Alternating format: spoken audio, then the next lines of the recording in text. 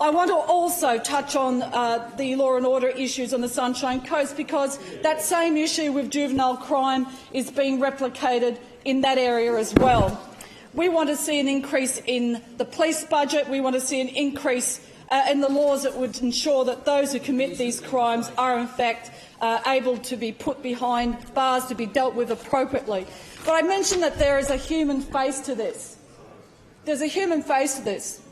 There are more people who are suffering because of the ineptitude of this Labor soft-on-crime government. And I want to read from a letter from a mother whose son was bashed, allegedly bashed, but his face is swollen, who was left unconscious in the middle of a busy road in the middle of Maroochydore last week. Now, it's not the first time this has happened, and you can understand how distressed parents are when they want their kids to be able to live independent lives. And this kid, when he's going home from Hungry Jack's, where he'd been working, not that late at night, had found that he had become another victim of crime. And she says that on Monday last week, my 17-year-old son with a female work colleague were waiting for the 8:55 p.m. bus to their homes in Sippy Downs. Two young men, aged 17 to 18 years old, bashed him while he was seated at the bus station.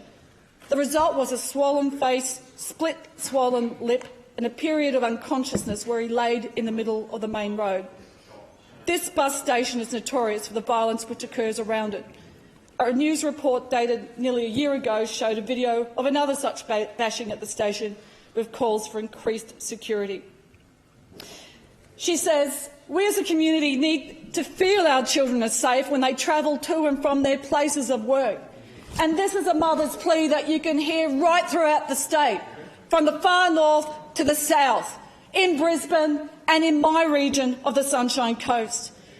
She says this violence at the Maroochydore bus station needs to stop once and for all. It needs to stop right throughout Queensland. It needs a government that recognises it. We need tougher laws. We need to have the appropriate response to crime, but we need to see more resources for the police. And we've seen under this Labor government a cut in real terms compared to other aareas of budgets, where there's been over $1 billion as a share of budget. Member's time has expired. I call the member for McAllister. Speaker,